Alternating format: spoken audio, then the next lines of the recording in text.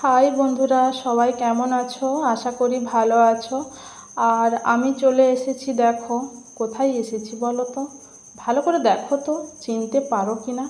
হ্যাঁ, ঠিক ধরেছো, আমি এসেছি কলকাতা মেট্রো স্টেশনে দাঁড়িয়ে আছি। আর দেখো আমি ট্রেনের অপেক্ষায় দাঁড়িয়ে আছি। টিকিট কাটা হয়ে গেছে, তোমার দাদাভাই আর আমি দাঁড়িয়ে আছি। এখন আমি যাব দক্ষিণেশ্বর। আর আমাদের ট্রেনটা কিছুক্ষণের মধ্যেই চলে আসবে। দেখো বলতে বলতে চলেও এসেছে। তো আমরা এখন দক্ষিণেশ্বর যাব।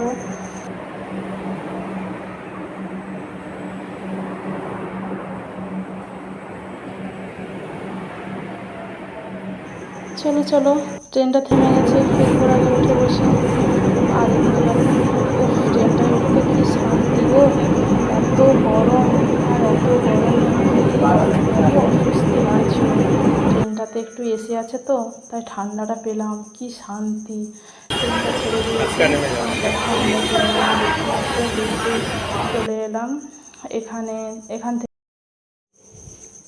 তো এখানে চলে এলাম। কিছুটা যাওয়ার পর এখানে খালা কিনতে পাওয়া যায়, তো ঠাকুরের পুজোর জন্য খালা নিলাম। কিনতে পাওয়া যায় বলতে এখান থেকে। আমাদেরকে বললো একটু তাড়াতাড়ি মন্দিরের দিকে যেতে, কারণ হচ্ছে পুজো মন্দির বন্ধ হয়ে যাবে। এখান থেকেও আবার লিফটে নামতে হয় মন্দিরে যাওয়ার জন্য। তো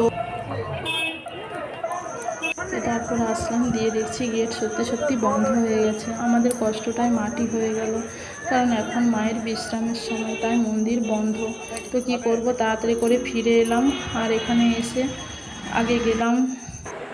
তো এখন কি আর করা যাবে, চলে আসলাম, কারণ এখন যেতে হবে আসল জায়গা, যেই জন্য আমাদের আসা। তো ডাক্তার দেখাতে আগে হবে, তো সেই জন্য দেরি না করে চলে এলাম দক্ষিণেশ্বর মেট্রো স্টেশনে। এখানে এসে তোমাদের দাদাভাই টিকিট কাটছে, আর আমি চারিদিকটা ঘুরে ঘুরে দেখছিলাম।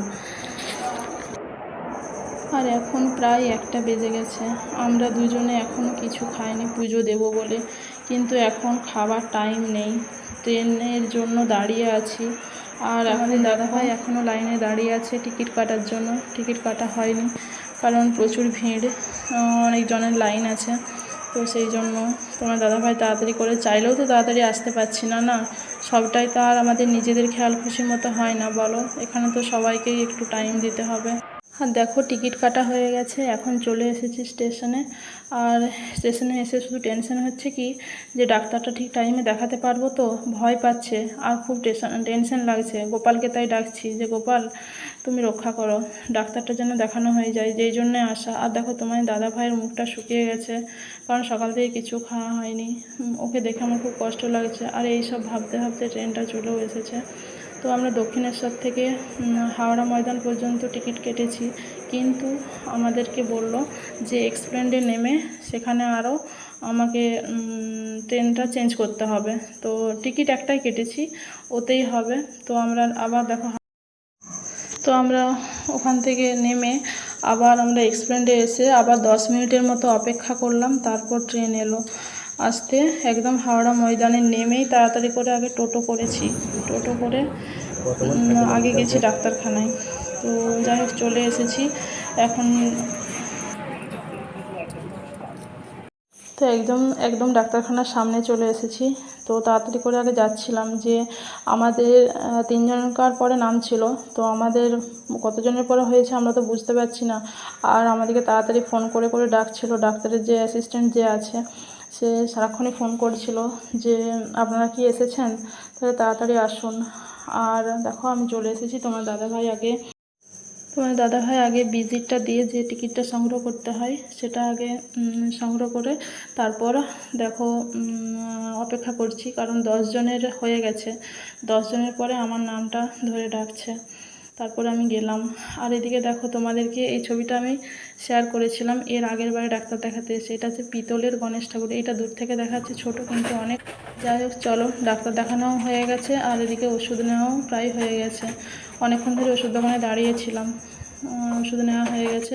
আর এখন সোজা বাস ধরে যাব হাওড়া স্টেশন। তো বাসের জন্য অপেক্ষা করছি। এই যে বাস চলে এসেছে। আর তোমার দাদাভাই শুধু বারবার বলছে তুমি কিছু খাও, আমি বলছি তুমি কিছু খাও, ও বলছে তুমি কিছু খাও। আর এখন দেখো প্রায় 5টা, 5:30 বেজে গেছে। তো টিকিটও কেটে নিয়েছে ও। টিকিট কেটে নিয়ে আমরা বলি চলো ট্রেনটা এলে তারপর ট্রেনে উঠে খাবো। আর এদিকে দেখো, ট্রেনটা যখন হাওড়া থেকে ছেড়ে বেরোলো মনে হচ্ছে দেখে যেন কতদিন আমি কলকাতাতে ছিলাম আর এখন যেন ছেড়ে চলে যাচ্ছি অন্য কোথাও। হঠাৎ মনটা কেন খারাপ হয়ে গেল বুঝলাম না। ট্রেনের জানলা দিকে চেয়েই আছি, মনটা যেন কত বিষাদ লাগছে। তো চলো এখনকার মতো টাটা, আবার পরে নতুন একটা ব্লগে দেখা হবে। সবাই ভালো থাকবে। আর আমার এই ভিডিওটা কেমন লাগলো বা আমার ভিডিও কেমন লাগে তোমরা অবশ্যই আমাকে কমেন্ট করে জানাবে। আমি তোমাদের কমেন্টের অপেক্ষায় রইলাম। তোমরা উৎসাহ দিলে তবে তো আমি নতুন নতুন ভিডিও বানানোর উৎসাহ পাবো, তাই না?